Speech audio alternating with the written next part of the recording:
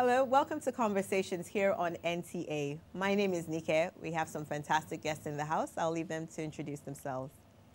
My name's Chief Robert Oki. Okay, my name is Elizabeth Abai, and I'm a broadcaster. Yeah, and I'm Ifeanyi Ile. I'm an accountant. Okay, welcome to the Conversation Room. Thank you. Today we have an interesting topic. We are focusing on retirement, how to plan retirement, and everything that concerns retirement. The age, do we have to plan for it now or do we plan for it later? We'll take a quick break before we start talking about it. We're asking people on the streets, have you started planning for your retirement? We'll be right back after this.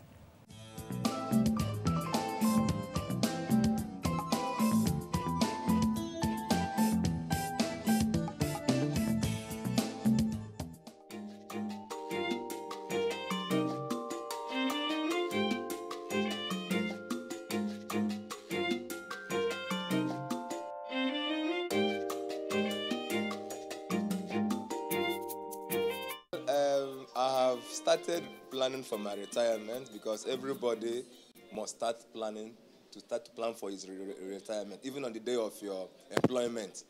The earlier, the better. So what I plan to do on my retirement is that particular thing, the work I was doing while on the profession, is what I would like to open up as a place of work during my retirement. Like professionally, as a film editor, I would like to open up maybe a studio or a place, have some equipment, and continue with the work I was doing during my service year. You know, because some people now, when they retire, they'll be confused. Make you not be like, say, breeze blow here, you follow breeze go. Breeze blow there, you follow there. So for you to plan for your retirement, or as I am planning for my retirement, I'm trying, in fact, I'm being focused for now, then I don't know what tomorrow holds. I don't know if where I'm going to be, but I'm planning big, by God's grace. I have started planning for my retirement. I have a pension scheme running, and I've started a small business which I hope will grow over the years. Before I retire, I will know I have something to fall back on. As much as it sounds big and heavy, every day for me is my last day on air, and anywhere I work. I've never planned to work for anybody for more than 4 years. I think where I am right now is the only place I've ever worked for more than 4 years. And besides that, yes, I'm young. I think my retirement plan is this. I don't take anything I'm doing as a job. The only thing I see as what I would fall back on is my consultancy and my farm. Now time has changed. You know, it's not like before whereby civil servant would just stay in the office for 30 years, 25 years without having anything in mind. But presently, whereby the system has come, has taught us so many things to do, like, you know, the agricultural system, whereby today in your backyard, you have a small farmyard whereby you do a little agricultural thing. Oh, I think everybody should plan for retirement from this day they start doing anything. From the day that your parents are not so much, you realize that the money that's coming out from their pockets is reducing small. You understand? You're like, they're telling you secretly, you're grown, take care of yourself. Then you should be thinking about retirement. And, oh my God, I think after being in media for so long, I studied mass comm, done all forms of media. I want some peace and quiet, man. And I want somewhere that is rejuvenating for my soul. I tell people what I want for retirement, they always laugh at me. So y'all don't laugh when I say this, okay? All right, you ready? I love animals. I love animals so much, and I would love to retire to like a ranch, maybe in the east, because I'm Igbo. You know, there's a lot of space, a lot of land there. I want to have horses, pigs, sheep, cows. You know, probably a couple of bed and breakfasts there that people can come and rent out. You know, my grandkids will come over, and when they come over, I'll just use all of them as, you know, you go pick the eggs in the morning we're going to eat for breakfast. You, tomatoes, you go scrub the pigs, you know, all that kind of stuff.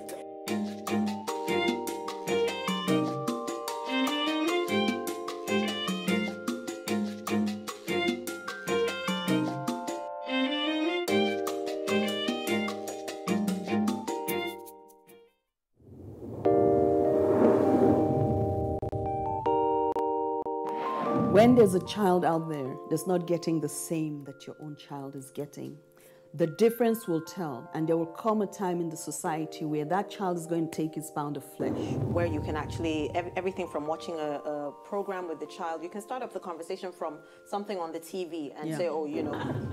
For me, it's like, hurry up with this business. And the other one said, Auntie, it's not about me, it's about the guys. They're not ready to marry. Yes. If she wants to ask something, no, I know my mother very well. In fact, the most interesting one is when I put up pictures on WhatsApp, you know, Snapchat filters and all that, she will call me, remove that picture. There was a day I got tired of all that and I said,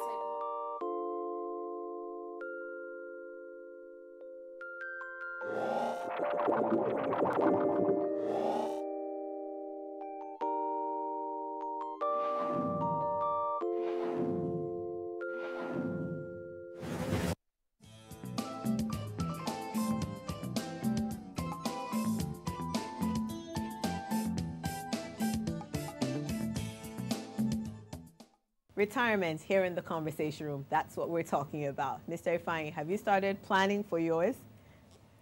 Well, thank you very much. You know, the word retirement, so many people see it as a death sentence. And then they're so scared when they hear of retirement. But really, it shouldn't be so.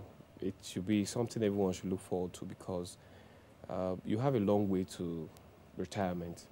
And then if you begin from when you get employed into a system to plan for your retirement, really, it shouldn't be something scary. It should be something that you'll be excited about to start on that phase of your life, really. So retirement is something you plan from the day you get employed in any organization, be it a private sector or a government sector. Okay. You should be able to look forward to it with excitement, because when you get in at whatever stage of your life, either you at your middle age or maybe as a teenager, you must begin to plan for retirement, because it's something that you have to look forward to, knowing that there's a life after service. You know. When you say plan, you mean financially, right? Putting money aside for it? Yes. You know, as individuals, before now, you know, you used to have people who tell you, take home pay, it doesn't even take us anywhere. But really, the question is, how much can someone really earn? You know, it's not about what you earn, if you ask me. It's what you do with what you earn. And so there have been this debt of or lack of saving culture amongst salary earners. You just feel, well, the salary comes and then I just blow it up, okay?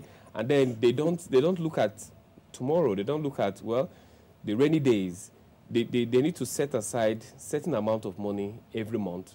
But thank God we have policies that have been put in place by the government to encourage compulsory savings, where you have to set aside a certain percentage of your salary to at the end of the month. That goes into your retirement savings account, and then it's being regulated by PFAs. Okay, and then you are made to be a part of this arrangement, and it's not something that you choose. It's not optional. It's compulsory, because I think over the time we found out that people just earn salaries. They just earn monies for 30 years, 35 years, and then they come out of the system. They come out so broke, and they ask themselves, what did I really do while I was in the system? But I tell you something. The salary you earn today is actually seed money. Now, I'll tell you why it's seed money. The money comes to you, right, every month. How much money can you earn to meet your daily needs, to meet your, to pay your bills, as it were? There's so much that places so much pressure on your salary. You have the housing bills, you have education bills, you have health. Yes. All of these things are staring you at your face. And then you look at a salary, like you say, it's not taking you anywhere. So what are you going to do? It's seed money. It's just like a mortgage. You just have to say, oh, I set this aside, and then I'll be able to look out for something bigger and better. And then I would say that while the government is planning for you, helping you to set aside certain percentage of your salary every month, you on your own should develop that culture to say, okay, government is doing 7.5% of my salaries. I could do 5% of my salaries. And then you spread it over the period. of the length of years you have to spend while in service. And you find out that at the end of your service year, you will not have to begin to panic that you're leaving a system. Rather, you'll be looking forward to it because you have saved up some money that you'll be able to take care of some of these things that will come up later in life after retirement, really. You know, if I'm not trying to cut it short, but I always find it a bit not too easy to understand when people, you know, like you tell me to save, and there's a lot of problem facing me. For instance, I just got a job, you know, as a young graduate, and then I took loan, you know, to go to school. And sometimes getting that job, people are asking you to pay to get a job. I have to service those people. You know, some people actually get into a job, and then somebody tells you for the next 5 years, you're going to pay me maybe 20% of your salary because I helped you to get that. Yeah. Now, you're the expert here. I need you to help me work around how I'm going to be able to save up money out of my 50,000 naira, pay house rent, you know, do all manner of things, and still save for that retirement. It's okay, now it's quite simple. Like I said, you know, I'll tell you this. There was a time I went to the bank, and then I began to talk to my account officer back then, many years ago. And right there, I saw someone who approached her for a salary loan, a loan against his salary. Mm. And I looked, and the salaries that person was earning was so much. It was in the millions. And then I asked my account officer, why is this person approaching you for a loan? This money should have been able to take care of 1 or 2 bills. Yeah. He said, well, forget it, because these people are never satisfied. And it was going to take a whole lot of money. The person owns like in millions. Yes, he earns in millions. And then he's still approaching the bank for loans. Wow. And you begin to wonder what's going on. So it borders on the fact that you have to develop that culture, because really saving is a culture. If you don't have that savings culture, you will not be able to set aside money, because really it's not how much you earn, but what you do with what you earn. So when you say, oh, I am earning 50,000 naira, for example, there's so much you can do. Like I said, the government is setting aside some percentage for you over the period that you have to work with them. And then again, you have your own personal savings. For example, you can say, okay, you have a cooperative society, right? And then you say, I want to belong to a cooperative society. And then you give them the express permission to say, at the end of the month, please take away 5,000 naira from my salaries. Yeah.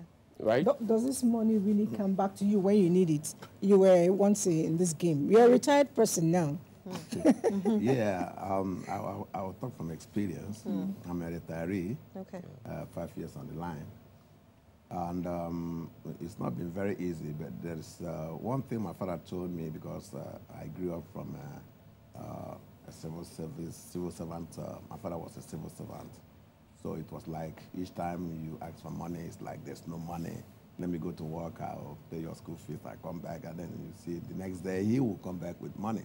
Now, I never knew what that was then, but I started working. But the point I want to make here is that you don't have to wait until you start having $1 million before you can save. You start saving from a penny. We used to have fathom. Now, and that goes to what you said about culture. Saving is a matter of culture. You build it, you learn it. And when you learn it, you can't forget it. And no matter how much money you're going to make, you still save. Yes.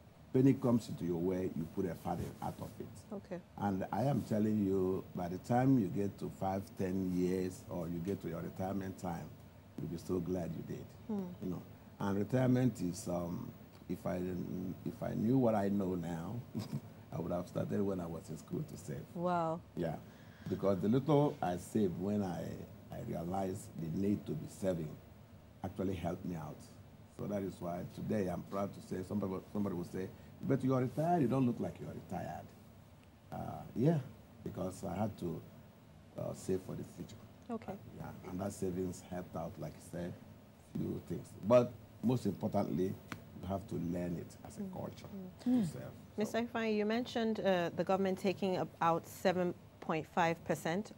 Is that global best practice, or is that just the Nigerian government's own earmark, their own Yeah, as a part of government reforms for part of this pension reform program Yes. that we have, we have 7.5% that of the employee, and then another 7.5% for the employer. So, Okay. if, for example, you have 5,000 naira from the employer, there's another 5,000 naira that the government pays at the end of the period, Oh, I see. making a total sum of about 10,000 naira. So that goes into your account every month. Is being saved up for you. Yes. That is towards your retirement. So that's a plan from the government, really. But there's another plan for you as an individual. And that's like I said, it's not optional. It's a compulsory savings scheme that the government has put in place to encourage the average civil servant to save up money towards his retirement. And then there's another aspect of it. That one is your own personal savings. You can do that. You can make an agreement with your PFA, and then you say, okay, at the end of the month, please, in addition to this 7.5%, I want extra 2%. You can actually to be go taken. to your PFA. Yes, of course, you can. Okay. You can do that. Okay. You can. But So, the problem I have with PFAs is a lot of people, I am not retired yet, but I know I'll get there.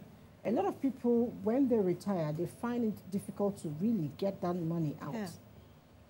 They tell you they really don't want this PFA managing the account for them because a whole lot of money is put in and they give them little by little as scheduled, really, all through till whenever they finish it. I think extra 15 years or something, or 18 years, 10 years after your retirement. Yes. Yeah, 10 years after. Yeah, So, but then, sorry to cut you short. There's this lump sum that is advanced to you. To get even that one, it takes too long. Because one actually knows when one is retiring. Yes. So the processes should be done on time so that they don't need to take up to 1 year, 2 years. Some people take 2 years before they get it. Mine took 1 year before I got that. So how did you survive that 1 year? That is the problem. That's what we're talking about. You see, it takes them about a year. Even the people that retired after myself in 2014, they have not even, those that retired 2013, they have not even gotten theirs now. Till now? Yeah. Why? The lump sum. Well, that goes to the corruption we're talking about. The PFA corruption, this corruption thing. So they use the money because, that's a free money. Government is using it, isn't it? And you don't know how it's being used. So they take it, insure on that money and use the seed for other things that they're going to do. But then again, sorry, in addition, I want to say that I'm not making excuses for anyone, but here's the point. Those monies that are being taken from the salaries are being invested. Okay, now they are not just idle funds. They are being invested. Now, you have to consider what is the length of this investment? How long are they investing this money for? Now, is it going to be for a period of 5 years, 10 years? Now, for example, if they have pool of funds that they have invested into a particular course or business, and then someone now is going to retire, for example, and then that money is still undergoing a process, I think it's going to take a while before such funds come out. But is it all the money they're using for the Because I'm young, I'm scared. Into that. I mean, when I'm retiring, you should be able to plan for it. Yeah, and then another question is, you use my money, my savings, to make an investment. In paying back, how much percent interest do you pay me? Actually, they put interest in it, but is it commensurate? It's minimal. I don't know, but you're happy that there's something they are putting in for you, like my own IBTC that I do. Yeah, they put interest on the money. Even they gave me this watch last December. Oh, nice! Seriously? Yeah. So, but the fact remains that if they work it out properly, somebody retiring should be able to get his money at least 3 months after your retirement. Because when this scheme started in 2004, yes. Now, remember, we were working before 2004, so you had your money that you've been contributing, and then this money was kept there. Then when this scheme came up, they had to transfer it into the scheme. So there will be 2 payments that you might have to receive First, the one you contributed before 2014, 2004, okay. and then the one that the scheme started running. They will have to merge together and then pay you. Okay. But I still maintain that there's no justification for keeping the money beyond 2 or 3 months after retirement. Waiting for a year, I just assumed it was a verification issue. Yeah, that is that done. it? Yeah, excuse me. You see, they changed a little bit. We did the verification a year before your retirement. Oh, okay. So that was supposed to have been taking care of all the paperwork. But you know, in Nigeria, a lot of paperwork, there's too much paperwork. They keep repeating, asking you the same papers they asked you a year ago, and you come back, they still want to see it and all that. So, but the improvement is that there's verification before that. Okay. Those that are going to retire like next year, they will do their verification this year. So Okay. like papers will be tidied up. Okay. Can I ask what happens to, I've retired, and maybe 2 years after I retire, I then pass on. What happens to my money then? Yes, there's a clause there. There's a next of kin. Okay.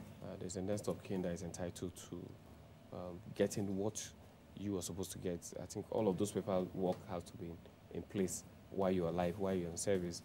That's part of the verification you go to. So when does my next of kin get my money? Well, if your documentations are correct at the point of death, and then is verifiable that this person actually has passed on, and there's a next of kin that is properly documented, we will now be able to verify and then make the payments to the next of kin, and then your PFA will be involved. Of course, the National Pension Commission will also be involved with that whole process, you know. But I tell you something, you know, so many people are scared of getting retirement. You know, on a lighter note, there was this fellow who was working with all of these government agencies, and then just had about 1 year to retirement. And you know what? The guy wanted to pull a fast one, and he faked his debt. He faked his own debts. You know, got a debt certificate. What? And then wanted the next of kin, which was the wife, to process his death benefits. Reason being that he found out that his death benefits, it's going to be lots higher than what he will earn at retirement, you know. So that fear factor came in, and then the guy began to process his own debts. Wow. And then he said to them, "Oh, go tell them I have passed on, and then they process my death benefits and give to you my next of kin." As a matter of fact, he was going to earn almost double his retirement benefits as his death benefits, and you know so. But at the point of verifying the death certificate, it was found out that this guy, yes, was still alive. And then when he was approached, he was asked, "Why did you have to do that?" He said, "Well, fear of the unknown." He found out that what he was going to earn at the end of the service year was going to be far lower than what he would earn as his death benefits. So why allow someone else benefit from what he has labored for? And you know, so these are the things. Wow. You have fear of the unknown. It's not just that. Yes. There's this other racket that goes on. People will falsify their age or their ages. Okay. Like you want to give yourself extra 4 or 5 years. If you go into the ministry now, you see an old man with a stick, and he will tell you he's 50 years old. And this guy might be way past 65 years. You see, that racket was very rampant, but I think now they are looking into it. Because what happens is that they will go into the registry, into their records. Yes, and then work it out, reduce their ages, you know, cut it off, and then papers, the other one, they will discard it, and then papers will start working from there. And why are they doing that? Just because the pension thing you are getting, just in the case of this person that had to fake his debt, it's because you literally don't have anything, not much, when you talk about the years you put in. And they pay you the lump sum. The others, they start giving you, imagine giving you one third of whatever you earn every month. That's what they will be giving you. And how do you adjust? You'll be spending 300 naira every month as a salary, and then suddenly they start paying you something less than 100,000 naira, 100 naira, whatever, 100,000 naira.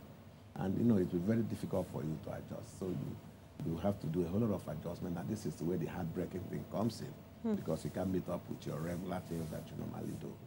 This actually goes down to tell us that I know jobs are not that easy to find, but if we try to start early, some of these things, because I always recall what somebody said sometime, that if you don't do things when your mates are doing it, you find yourself, trying to cover up a whole lot of things, including falsification of age. If you graduated and started work, I don't know why, if you have a steady partner, male or female, you can't settle down to have kids, because if you don't have those children, a lot of things that happen to us, that make us want money, it's mostly when we have to train children. Yes. So if you get to marry early, have your children early, and have the children your salary can cater for, you don't need to, change your birth certificate. You don't need to, even steal money or stack money because you're about to retire, because that's some of the things that actually happen. Yes. People, when they know they're about to, leave office, they begin to divert funds. They begin to falsify documents just to earn extra. Sort of planning, yes, from the beginning. Yes. When you get married, you decide with your family, with your wife, spouse, how many children you're going to get. Like in my own case, when I knew I was going to go into civil service, I knew I can't afford to take more than 3 kids. Okay. Actually, I wanted 2 kids only. Okay. So we had 2, and then for some reason, because a male and a female, I said, let me add one more case. I just prayed to God, and that one more gave me a boy. I said, that's good enough. Okay. So my last boy was 1994, and you can imagine since then now. And now I kept on asking myself, if I were to have had more and retired, I would have been saddled with responsibility of training, they are going to school. Yes, and that is the worst headache a man can have in a family. So, but thank God they are all graduates now, at least they can handle themselves. So the key thing there is starting off early. And then beginning to plan early, really. Okay. You just have to make hay while the sun is still shining. As long as you have what is called regular pay, I don't see any reason why you cannot plan. If, like, in a place like starting FCT, early and not knowing the number of children you have to get. Yes. Can start early and have so many. Yes. So well, because just the way you make your bed, that's how you're going to lie on it. True. So if someone is in unemployment, and then he goes about just having a whole lot of children that he knows he won't be able to cater for based on what he has on ground, then he's just only wasting his time. But if, for example, like I said, while in service, you look at a place like maybe in the FCT where there's the issue of housing, and you're able to, catch in on the opportunity that government is providing for the civil servants to ensure that they own their own houses while in service. Why not go ahead and do that? So you are going to avoid the issues of why you're a pensioner or a retiree. You should be able to avoid the house rent issue. Yeah. Because most times you find out that people who didn't plan towards owning their own houses while in service, during retirement, they find it so difficult to do every other thing. They are at a standstill because imagine you're paying rent with the pension that comes. And don't forget that that pension is just about 1/3 of what you're earning while you're in service. So what are you going to do? You just have to make use of their opportunities. We have the National Housing Fund scheme. Yes. All right. This also is a compulsory savings scheme for you towards owning a house while in service. So these are opportunities. And when you see opportunities, like, you just need to key into it. And ensure, ask the right questions. Is it also open to people in private sector? The National Housing Scheme? Of course, they could buy into it. There's a way you could buy into such scheme. And then again, people don't ask questions.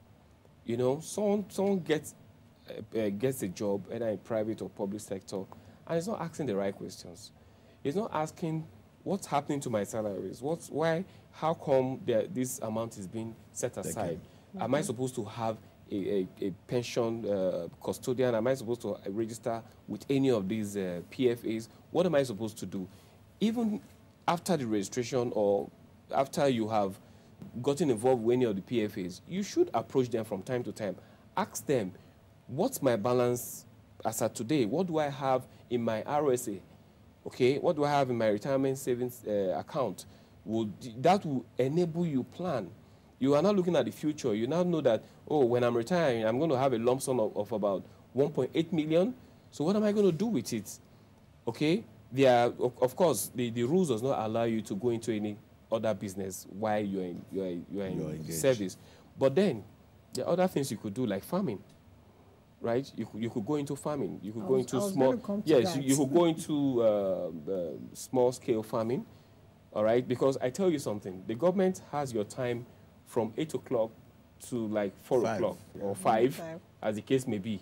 But you have 5 o'clock till the rest of the till the next day. So what are you going to do with your? Okay, you work for your 8 to 5. All right. So what are you doing with your 5 to 9 or probably your 5 to 10? I tell you something.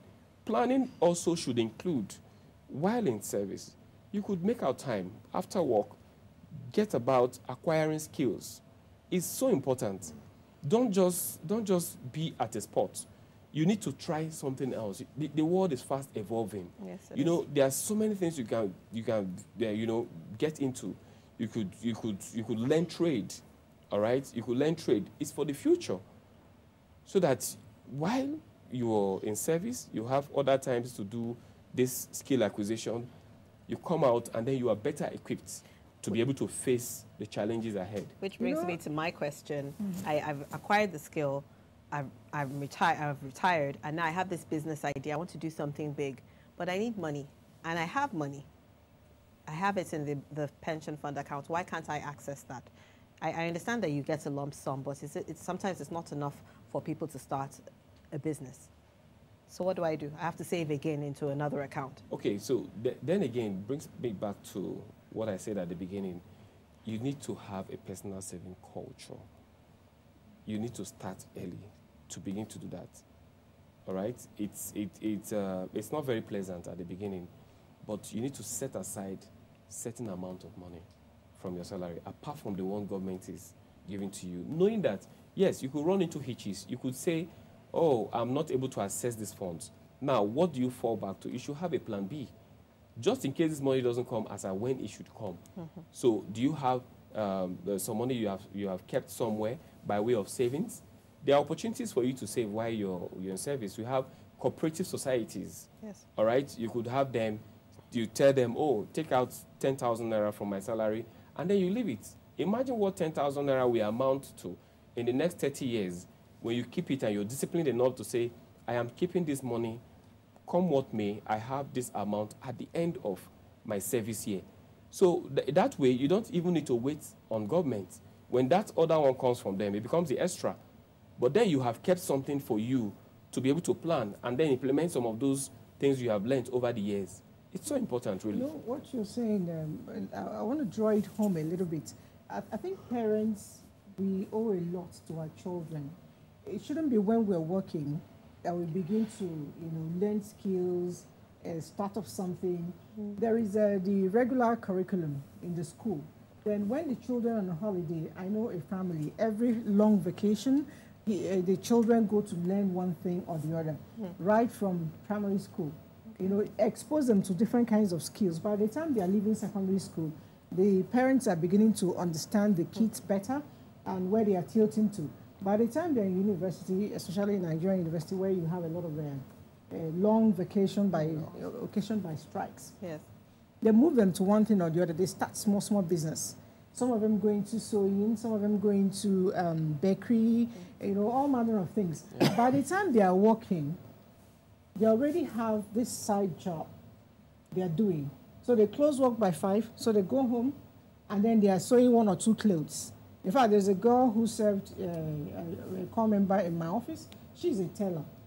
She began to pick clothes in our office, and she's sewing. But eventually, she will get a job. She just passed out. She gets the job.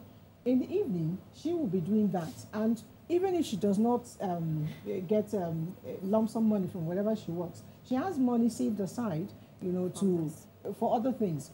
I had a parent, and my mom, she was a school teacher, retired as a headmistress.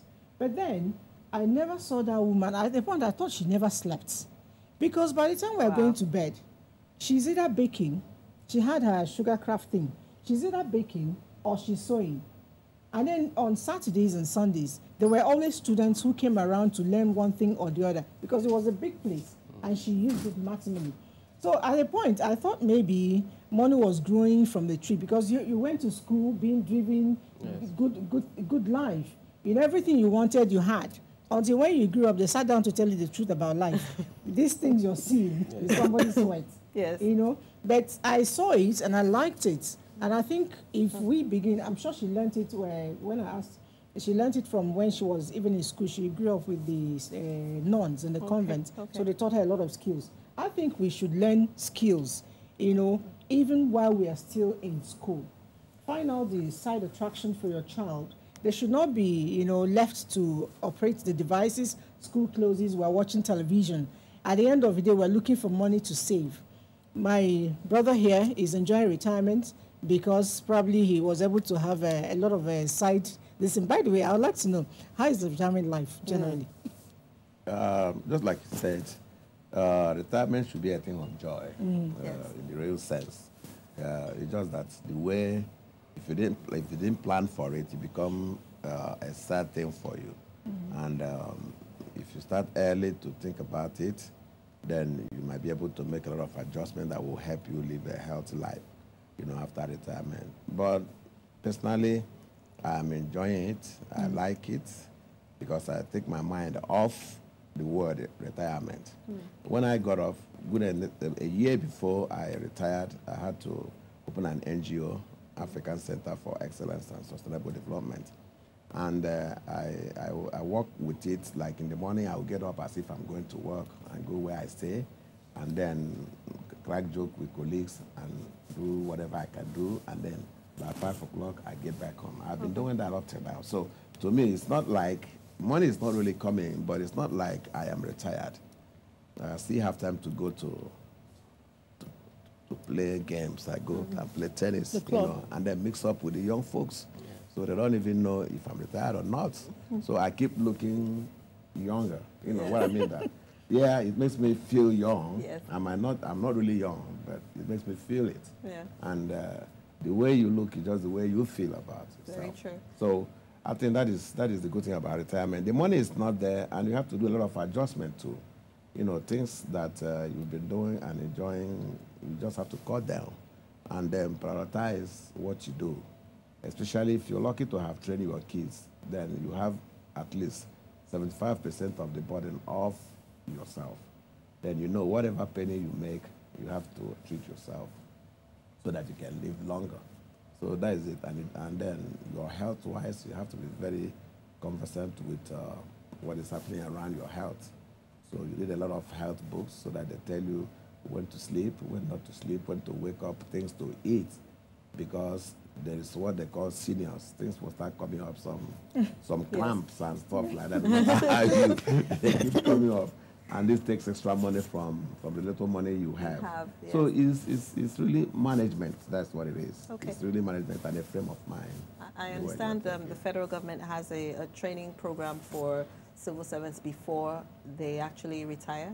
Yes. The training is not really like training. They have not perfected it the way. Okay. I underwent that training. Okay. It's just a talk. Quite all right. It's okay. Okay. They will tell you certain things, but these are things they should have told you right from the day you started working. Really? Yes, because a year to your retirement, they start telling you all these things. Sometimes it's rather too late. It's a bit late. So if they had told you this the day you started working and keep reminding you every other 5 years, I think it would have been very more beneficial. Makes a lot of sense, though. Yeah. Makes a lot of sense. But like I said, you know, while you're in service, I think there's a need for you to have a personal awareness of what is ahead of you, and then begin to ask the right questions. Really, learning is everywhere now. Yeah. It's not like before. It's like it's in a straight, you have to be in a straight jacket. You have to be in the 4 walls of the higher institution to be in the university and all of that. But now you can learn on the go. So learning is everywhere. You should seek for the right kind of information. What do I need to do? Okay, there are people who have been where you are now. Ask questions, right? Do you want to end up the way they ended up? We have retirees everywhere. Yeah. You know, ask the right questions. If you see someone who is not doing well as a retiree, you find out what went wrong, and then try not to, follow that footpath. Okay, and then you see someone who is retired and doing so well for himself. Ask the right questions and then find out what did he do right. And then again, there's this temptation to want to have, take some little more than what you're earning, and the retirement doesn't afford you that opportunity, really. And so when you are in service, it's okay. You do some tours, you get some money to travel and all of that. Those are extras. Okay. It's something that comes with the job, really. But retirement doesn't afford you that. Who's going to send you on the tour and then pay you tour allowances? It's not there. So you begin to learn how to live without those tours. And then you look at what comes in. This is statutory. At the end of the month, I'm going to earn X amount of money, and then this is what's going to come. When you condition your mind that way, and you have that mindset, you will be able to appropriate the money that comes to you properly, and then plan.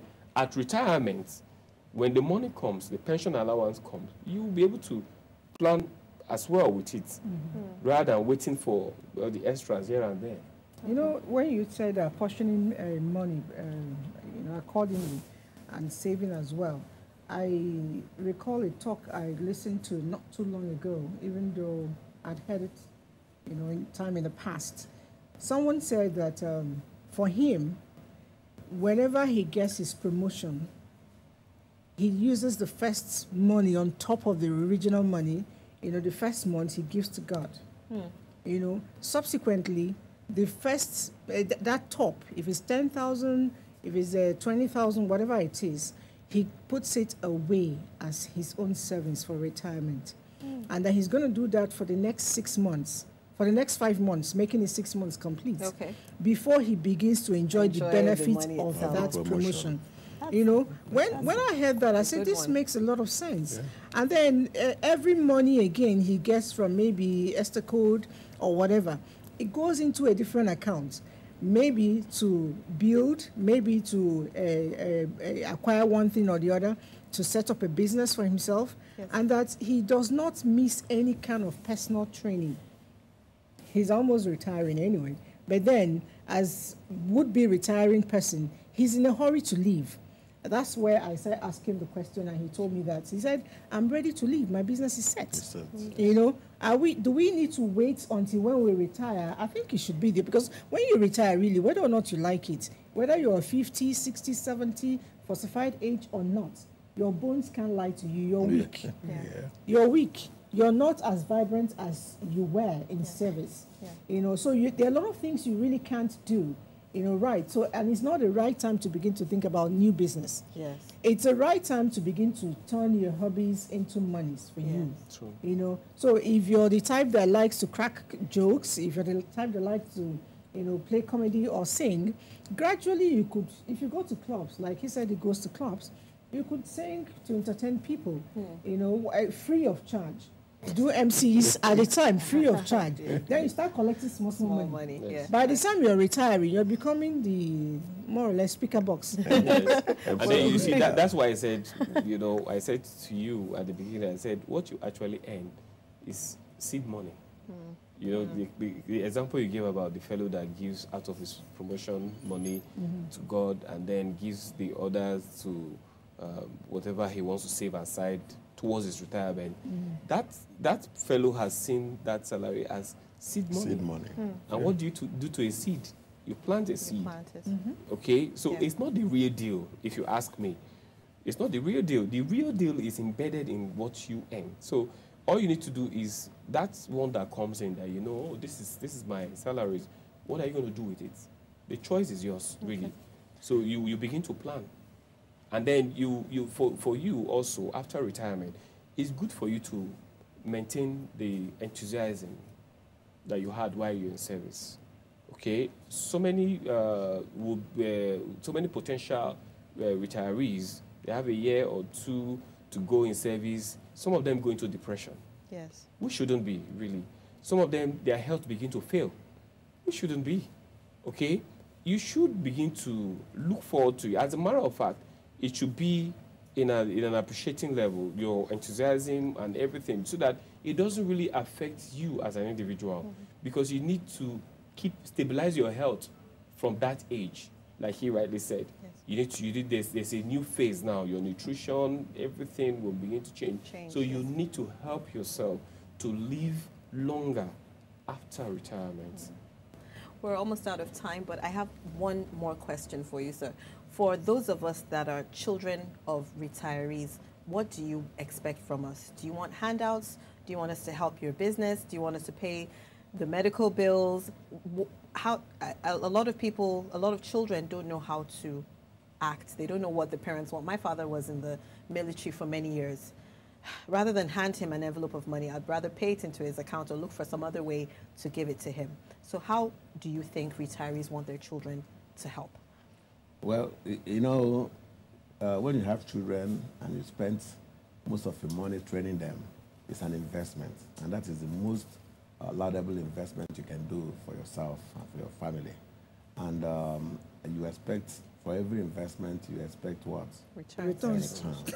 Yeah, and they play a whole, they are, you know, they are a very strong factor in what, you know, in the health of the man, of the retiree, and in the long life of the retiree. If your children are very appreciative, they will not even think about what you make, you know, your retirement benefit. I mean, not the benefit, I mean, you know, the little allowances the government is giving you. Yes. They will take it upon themselves, at least you've been able to train them to university level, and they are working. You need not remind them if they are very appreciative. The only way they can appreciate you is when you are alive and when they keep you much longer. And then make sure that some of those commitments you normally have in the home, like house rent, if they are still living with you, like some of them are still living with their parents, like the food stuff and stuff, they can handle it. So what you do is you come back home, you eat the food there, and then the drugs, you might not want to ask them, except it goes to something like surgery or something, which God forbid. But some of those little things that drug can take care of, you know, you can't be asking them, you can be buying them, because you will not want to weigh them down. But the expectation is that they should be able to take care of you minimally, as much as their income can carry you. You know, adding to what he said, a lot of times adults, parents, we tell ourselves that children are retirement benefits.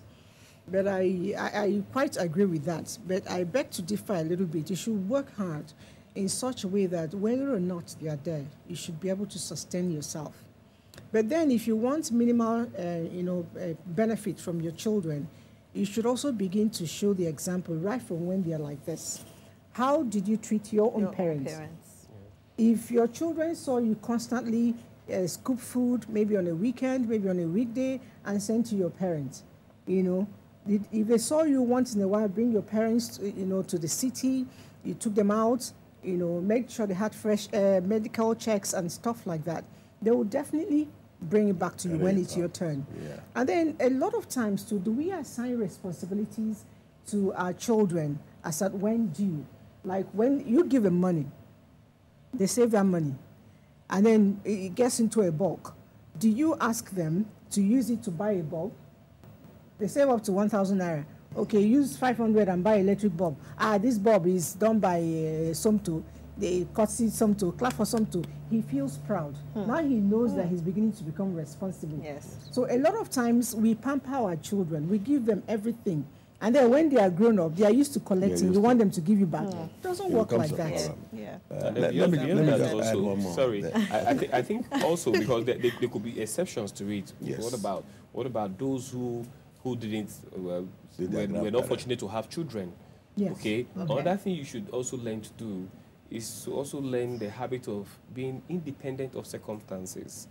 Yeah. Because if that dependence is always there, now you don't have the children to look after you in old age, for example, or you have the ones who don't even care.